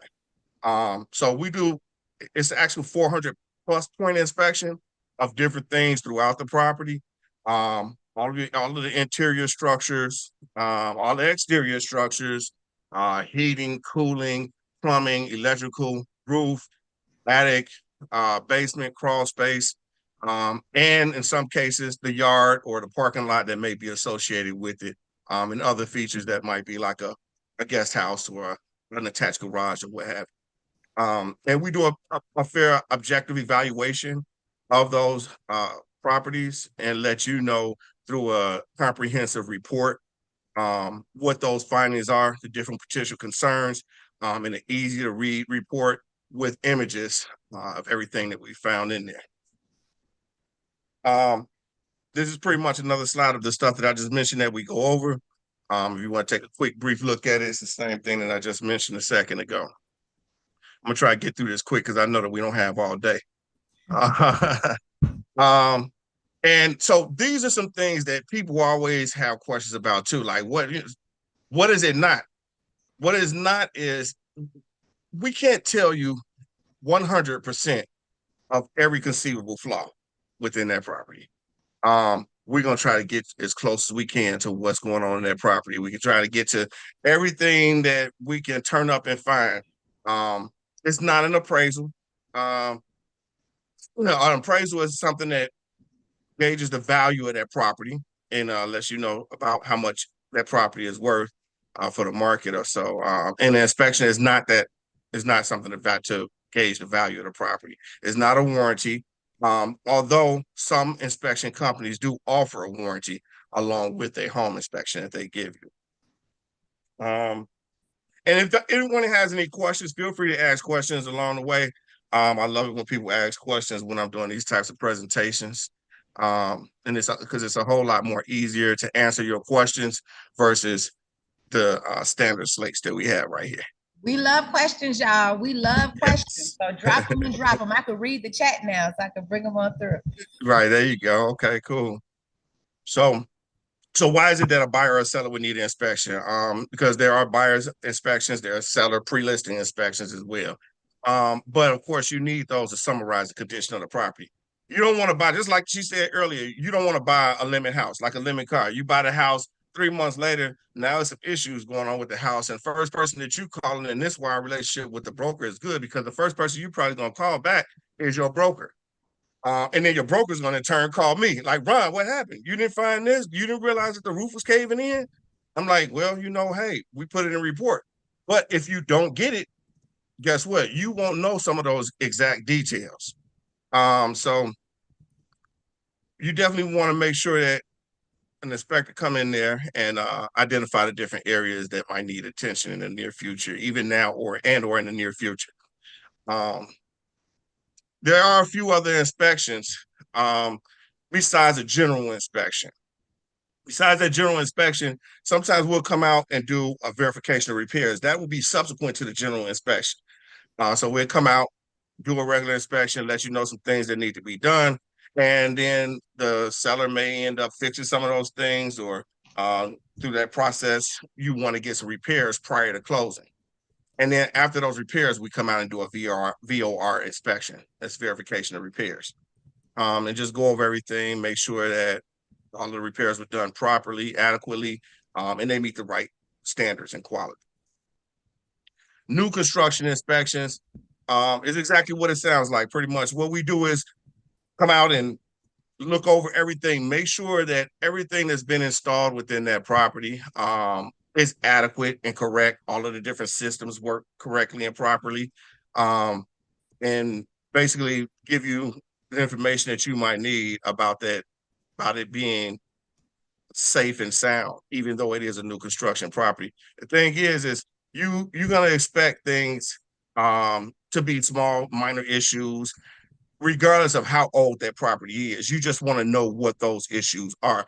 To be built today, and a week later, you're going to find some different flaws within that property. So you want to make sure you know what's going on. The main thing is so that you can make a well-informed decision about this property. This is something, it's one of the biggest purchases probably that you're going to make in your entire life. So you definitely want to know what's going on. 4-point inspections. So 4-point inspections, or inspection that we do, is at a lower amount, almost half of the price of a regular inspection. But the 4-point inspection is more so for, like you said earlier, Ebony, you're an investor or what have you. And I know several other investors throughout the Chicagoland area. So we developed this 4-point inspection to make it a little bit more simple for them, because they don't really need a full comprehensive general inspection. They just need to know, are the bones of the property good? And so we go through and we mainly focus on electrical, plumbing, heating, cooling. We will add in there the roof and the basement. So what's going on with a property that you may be investing in, and you don't need all the other information. A lot of times you're going to do a full gut rehab. So the only thing you need to know is electrical wires running through the property the correct way? Is plumbing operating the correct way? Is the water going through the right way? And then lastly, commercial property conditions assessment. So that's basically what commercial inspection is called. It's not technically not a commercial inspection. It's actually a property conditions assessment. And what that property conditions assessment does is informs you pretty much the same thing as what we just said, but it's under a different heading category. Cost wise, that's one of the #1 questions. So I can tell you this: without the inspection, the cost that you can run into with, say, for instance, the furnace or the hot water heater or something like that going out that you didn't know was an issue with, or something dealing with the roof that you didn't know was an issue with, the cost associated with those can be anywhere from probably about $1,000, $5,000, or what have you. The inspection cost for a typical single family home is only about $300 to $500. Is that worth investing into to find out what's going on with that property? Yeah, you got to think. You're paying maybe $300,000, $400,000, $500,000 for a property, right? And this is a huge investment for you. For you to spend $300 to $500 in order to make sure that your $300,000 to $500,000 is secure makes all the sense in the world. I mean, it just makes sense. So there's also additional auxiliary services along with an inspection that can be utilized. And at the end of my presentation, real quick, I'm gonna let you guys know some other services that inspection companies offer and to order to make this process go a lot more smooth. But auxiliary services additional that can be added are like radon. Right now, radon is the second cause of lung cancer in the nation. So they're really pushing that hard. If you look up some of the legalities, I'm not sure, Ebony, if you know some of the legalities that they're trying to push regarding radon testing or the necessary nature of it within the home purchasing process in Illinois and throughout the nation right now. But they're trying to push it into a law to make sure that people know and understand whether there's a radon exposure within the properties that they purchase.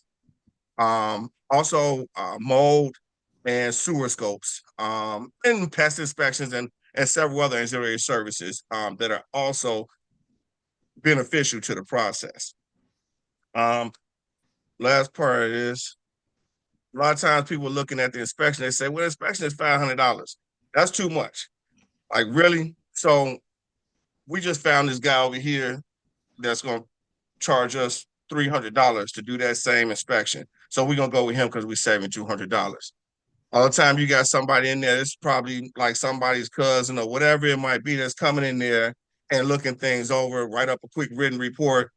And the details that are in there may not be what you really need for that property. You want to get what you're paying for. You want somebody to go through and do a full, thorough inspection. You want them to be comprehensive. You want them to give you what you need. You want to know what's going on with that property that you're buying.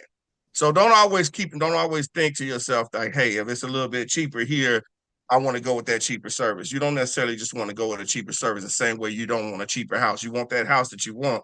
So do what you need to do to make sure you can secure it. Can a buyer do it themselves? Yeah, you can. It's a whole lot you can do yourself. But the things that inspectors take a look at is kind of like looking at something with a microscope. Like we can sit and we can look at the surface of your counter at home or what have you, and have no idea the different parasites and bacteria that's sitting on there from the chicken that you cooked last night and didn't clean the counters off right. So what we do is we come through like with a microscope and we look closer at that counter. We see all of those different parasites. We see all of those different bacteria. And the thing about it is not only do we see those and report them to you, we also know what it takes to get them off of that counter as well. So we let you know, hey, this is the type of bleach that you need. This is what that bleach is going to cost. This is the type of Lysol that you need. This is what that Lysol is going to cost. This is the type of detergent that you need. That's what that detergent is going to cost. So this pretty much the same kind of way. We put a microscope to it and let you know exactly everything that's going on and familiarize you with it as well. So you know in full detail, hey, you know what, this is something that I want to go ahead and do, even though we got these issues at hand. I want to get some of these issues fixed and still move forward. Or you look at it and you say, you know what, this is a deal breaker. I didn't know these things that we're looking at under the microscope right now, and I don't want to do it no more. However, you get a chance to make a well-informed decision through knowing everything that's going on with the property. I was gonna say, we have a question. They want to know the turnaround time for the report. Turnaround time's about 24 to 72 hours. Okay. We try to keep it close to 24 hours. Can a house fail a home inspection? No, it's not a pass or fail type thing. It's strictly informational, and it's for you to know what's going on with the property and for you to be able to make certain decisions following up the inspection. At what point should the inspection occur? Inspection is like almost the last part of the home purchasing process. Once you sign your contract, purchase agreement, or what have you, then you have, I believe it's a 5-day attorney review period. Within that review period, you get a chance to get your home inspection, find out as much as you can about the property. This is like the last point in your home buying process that you have to decide for sure that you want to do this. And so that's why you got that inspection process. You'll get the inspection report. It actually gives you some leverage in the process as well, because you get a chance to find out some of the things that's going on with that property. And when you find those things out, now you can let the seller know, hey, I realize that ABC is going on right now, and this is an issue, and this is an issue. We want to get a credit for this, and we want to get a credit for that, and we want to get a credit for this.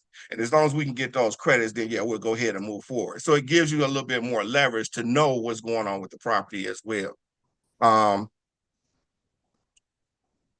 Does a person have to be there? We recommend that the purchaser is there at the inspection. There's a lot of times it comes up, they're too busy or what have you. We still let them know, hey, we recommend that you're at the inspection so you can get a thorough understanding of what's going on with what we're reporting to you. And we can discuss more afterwards.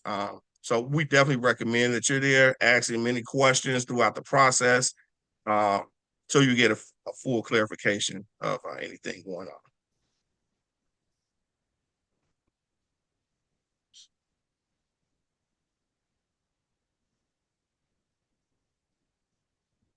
So this is a question that I've gotten before too. I've had a client come to me like, hey, you know what? We got the inspection. There's pretty much not that much wrong with the property. I really didn't need the inspection in the first place. Like, well, yeah, you did, because you wouldn't have known that you had such a great house without that inspection. So now you know you got a chance to take a look at the bones. You had a chance to take a look with the microscope and see everything going on with the property. And now you can certify for sure that you're making a good decision. I personally like to be more confident in the decisions that I make. So I do checks and balances. I second check, triple check, sometimes quadruple check stuff just to make sure that I'm making the right choice and making the right decision in what it is that I'm doing. So yes, you do still need that inspection.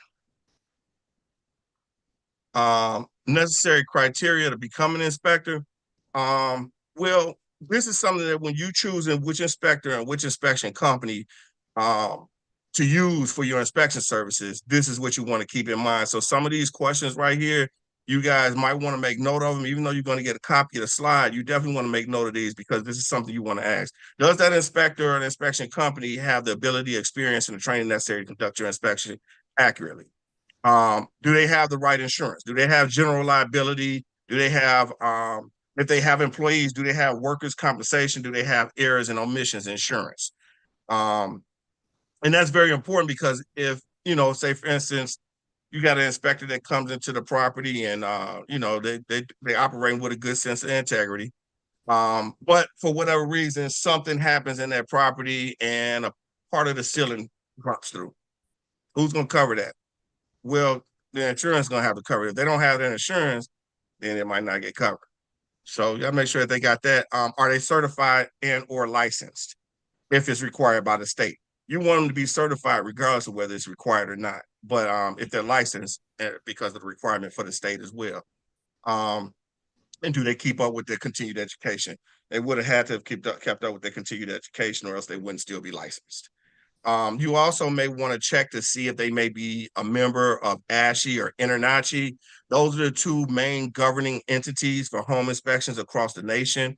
Actually, INTERNACHI is international, and ASHI is the oldest home inspection entity that's in existence right now. So you want to check to see if they're a member of those. They should be a member of one or both of those. ASHI is the American Society of Home Inspectors. Like I said, it's the oldest, most widely recognized. And what inspectors do is they operate according to these entities' standards of practice. They developed over the years a specific standard of practice in order to make sure that they're doing an accurate home inspection for you. This gets real serious because it's a big purchase that you're making. And when people go through this process and they find out something later on that they didn't know about this $300,000 to $500,000 that they just spent, it can be mind-boggling. It can be mentally debilitating. There's a lot of different things that it can take a person through. So, and what they're going to look at and they're going to see, has any mistakes been made in this? They're going to look for fault if there's something wrong with that property. they're going to automatically mentally, just like you in anything you do in a relationship, in a car purchase, or in a job choice, or what have you. If something doesn't go right, you're going to look at what was it that didn't go right, and why didn't it go right. Now, who is it to blame for that? So Got that's it. exactly what they're going to do too. And I do have a question, and then I know we only have a few minutes left here, so we're gonna wrap up. But someone does have a question as it relates to, does the inspection cover the structure? And then after that, we will send them the slides, so that way we can kind of get to the next presenter, so we can get everyone off on their Saturday. There you go. Okay, so yes, it does include all of the interior structures and all of the exterior structures. And then, like she said, you can ask further questions as well. Can I just tell them about these other services that help them through the process real quick, and I'm done. So 3 services that a lot of inspection companies offer, but that's something that they should. One is Home Binder. This is a program that allows you to store your inspection digitally. It also gives you access to other professionals that you may need throughout your home ownership process. And it also, for agents, it has their picture, their contact information in there as well. This is a complimentary service.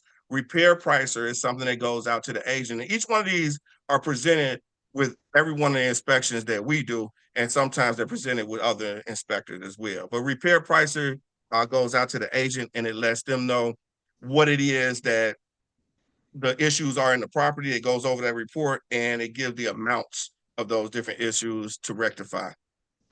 Flex Fund is a new program that just came out recently. It's a lot of inspectors that's getting this right here. None of them that I know besides us in the Chicagoland area, but it allows clients to pay at close. So if they run into where they need to add like extra additional auxiliary services like sewer scope, radon, mold, or what have you, they get an opportunity to push that payment to closing. You don't have to worry about that upfront cost in addition to the remainder of upfront costs that they may have in other areas. So with that in mind, if there's no other questions, or is there any other questions? I don't have any in the chat. I'm sure people will have more questions, and we'll get those questions to you as well. Thank you so much, Ron. We didn't want to rush you. I know you have a lot of information to share. The inspection is one of the most important things. So definitely it's always going to be more information. Next up, you're going to have a great insurance agent. Oftentimes people come to me at the last minute because they need someone that's a little more flexible with their insurance. So I just want to introduce you to an insurance agent sooner than later. I'm going to try to share my screen. I just have a picture of him. But Kurt, you can just show the picture of me right now talking if you wanted to. Okay. Can you show them the video? Yeah, that's fine. They can see both. I think I did it. Oh, okay. Okay, cool. As Natasha said, I'm an insurance agent. I've been doing it for about 5 years now. Before I was doing this, I was a broke college student at Northern Illinois University. I don't know if I have any alumni on the chat, but since then I've been an insurance agent, and what I've learned about the 5 years of this journey is that sometimes it's not always about price, but it's about you all being able to sleep good at night, knowing that you're properly protected, and knowing if something happens, I'm knocking on your door with a check and that is covered. And what I've also realized is that a lot of insurance agents out here don't ask the right question. My mentor, Lamont Ellaby, who's about to be closing us out right after me, has taught me that religiously. It's all about asking the right question. So in doing so, things like sump pump coverage is most important. Last summer is a great example of what happened. A lot of people we got a lot of rain, a lot of flash floods, and people did not have what's called sump pump and sewage backup coverage, which means when water kicks back into your basement from a lot of water, your drywall and flooring will be replaced and your personal property will be replaced. And a lot of people didn't have that covered because, for one, they think it's inexpensive. They weren't properly educated. And then third, what I've heard, the insurance agents didn't even ask the question because they were afraid to box them out when it comes to price. I'm not that kind of guy. What are 3 different kinds of not life insurance, but homeowners policy that we have? For one, if it's an owner-occupied home, which means you, the owner that's purchasing the property, will be living in the property. That's called a owner-occupied. Basically means you and your family will be living there. The second kind of homeowners policy we have is called a landlord policy. So that means that it ensures your family, if you decide to live on the premises, and your tenants as well. The third kind of homeowners policy we have is what actually Natasha Robinson is known for, the 203K loan, renovation loans. She's the queen of that in the city of Chicago. But what kind of insurance you need is called a builder's risk policy, which means we understand that the property is going to be vacant while you do a renovation. We understand that Pookie and Ray Ray are going to be watching you all bringing them copper pipes, those appliances. We understand that. That's the kind of coverage you need. Now, those are three different kind of homeowners policy. If you have any questions, put it in the chat. But then the other things, it's the kind of coverage that you need overall. Number one, liability coverage. Once you sign your name on a dotted line, Ebony Lucas explains all the things that the closing documents has. She'll explain everything. You'll put your name on a dotted line. You're responsible legally for anything that happens on that premises. What does that mean? If you have that housewarming and your cousin slip on a banana and they get hurt, they can legally sue you. And y'all know you got some cousins that'll do that to you too. Cause they don't be hating on you. They know you've been saving all your money, putting in the mattress, putting in Natasha Roberts been telling you what to do. Ebony Lucas been telling you what to do. You know, Ron has told you what to do. And now it's kind of like, no, I don't like this. But you go in there and invite them to the housewarming because you want to inspire them that home ownership is the way to go. But if they get hurt, they probably don't try to sue you. But we got you covered with liability cover. What does that mean? If you get sued, your court fees will be covered. If you miss a couple days of work, will be covered, and things like that. Next thing is your personal property. So you got the jewelry, you got the furniture, the TV. You want to make sure that's properly covered, and the dwelling, which is the actual structure of the home. If the home burned down to the ground, you want to make sure that you're able to rebuild it exactly how it is. So if you have a solid brick home and it burns down, you don't want to have to replace it or rebuild it with vinyl siding or replace that dividend that you all love with a smaller dividend, or without having that master bedroom in there, or have a smaller bedroom because you aren't properly protected. That's what the overall structure of coverage is important. The next thing, additional living expense. Now, if you have a situation where you and your family can't live on the premises, you need a place to stay. So that's if you have a fire, your family can't live on the premises, we'll pay for you to live in a hotel room, rent out another house, or rent out a condo while we're doing repairs. Now, if you have tenants living on the premises, for those landlords out there, we have what's called fair rental value coverage, which means that if your tenants can't live on the premises while we're doing repairs, we'll pay you their rent while they can't live on the premises. Because we understand that as a landlord, that rent needs to still come in, even though you just caught on fire. So that protects and ensures your monthly cash flow, which is very important for those people that want to be a landlord out there. And this doesn't cover when the tenants decide to stop paying rent. I get that question all the time. Doesn't ensure that, but that coverage is there to protect you. And we already went over sump pump and sewage backup coverage. That is like the number one claim we get when it comes to homeowners insurance. It's rare that we get a call saying my house burned down to the ground, but 9 out of 10, somebody's getting water in their basement. Overall, those are the coverages that you need. The next order of business is pricing. People always talk about how can I get the best price, Kurt? Now, if you ever watch any insurance commercial or any information or anything like that, they always say bundle your home and auto together. That's how you get your best rates. Of course, we're a business, so if you do more business with us, we give you a discount. But sometimes it doesn't make sense. And I'll tell you that, hey, stay where you at with your auto insurance right now. We try to get a couple months down the line, but that is how you get your best pricing, bundling your home and your auto insurance together. And then the last thing I want to talk about is mortgage protection. Now, you all have went through the screening process with Natasha Robinson getting a loan. You chose your agent to go out there and drive around the city of Chicago to figure out what's the house for you and your family. You talked to Ron Robbins about getting an inspection to know what you're buying and make sure you're not buying and purchasing a lemon. Then you're talking to Ebony Lucas to make sure that the deed is clear, you're signing your name and everything. But now that you have the keys, you want to make sure if something happens to you, that the house is paid off, especially for those primary breadwinners out there. So the guys that might be on here and your wife stays at home, takes care of the kids. You want to make sure that if something happens to you, you have a life insurance policy that's in place that'll pay off that mortgage. So now they don't have to worry about just paying utility bills and the taxes annually. But overall, that's all the information I have for you all about homeowners insurance. If you got any questions, concern, reach out to Natasha, reach out to me. But I'm glad to be here as a speaker today and probably educate you about your insurance needs. Thank you, Kirk. And why don't you drop your info in the message, since we don't have it on the slide for you. And then that way, if they need to contact you, you can. But don't worry, I'm going to be sending everyone's information to everyone. And last but not least, I have to bring on our closer, Mr. Lamont Ellaby, Champagne Closing, Security Services. Lamont, come on, close us out here. Hey, listen, I'm gonna close you all out in 5 minutes. It's been beautiful, and we're gonna hit on final walkthroughs, champagne closings, and the first 48 hours of home ownership. So once you get that clear to close from Natasha, it's time for you to do your final walkthrough. And the final walkthrough is where I come in to just educate you. I don't sell, I just educate. And some of the education that I come and shadow you all while you're walking through, please get your pen out. The dryer is the number one cause of fire. My cousin died in the fire trying to save his family. I repeat, do not go to sleep with the dryer on, and do not run errands, please, anymore, and leave the dryer on, because we religiously clean a lint trap out, but we never change the hose to the dryer. Over the weeks, months, and years, it accumulated in that small cavity and causes a fire. The dishwasher is the number two cause of fire. I repeat, the dishwasher, because the majority of dishwashers sits on the exterior wall surrounded by insulation to prevent the pipes from freezing. And you have some contractors that doesn't do a proper job and mudding and taping around the pipes, and you still have the installation sticking out of the back of the dishwasher. Growing up in the projects, we all turned the sherbet bowl into a cereal bowl. And people put plastic Tupperware too close to the heating coil. So be mindful of that. And if your home is on the second or third level, invest in a 2-story or a 3-story rope ladder. Because my cousin and them had no way of getting out.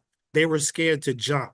So please invest in that rope ladder, 2-story or 3-story. Go to Home Depot or Lowe's. And also invest in fire extinguishers. If the fire extinguisher is on sale, do not purchase them because they have expiration dates like milk.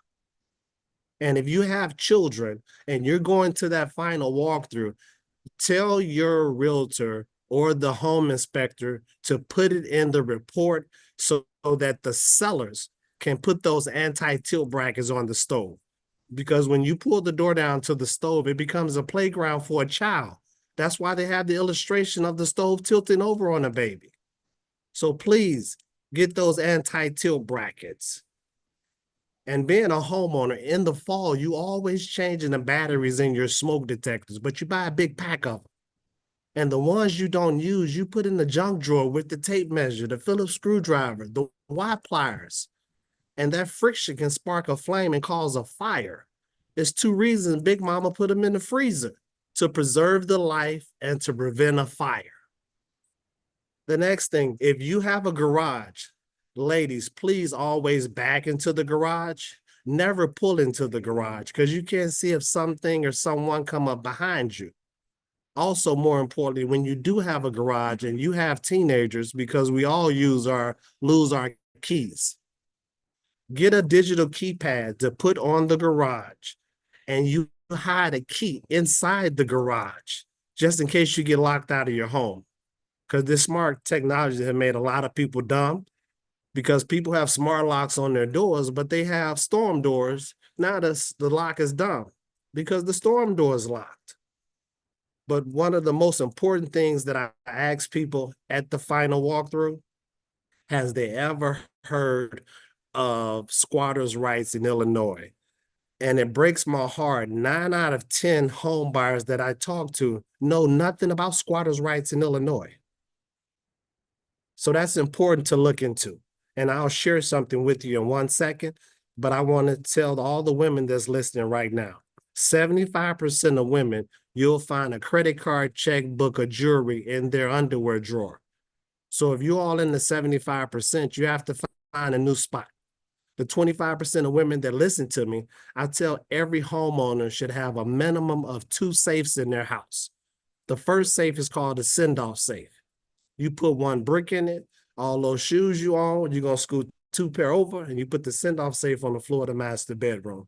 The real safe goes in a crawl space or an attic. If you're not comfortable with your crawl space or an attic, or don't have one, you put the real safe under the kitchen sink. That's the last place our cousins will look. So after the final walkthrough, now we're positioning you for a champagne closing.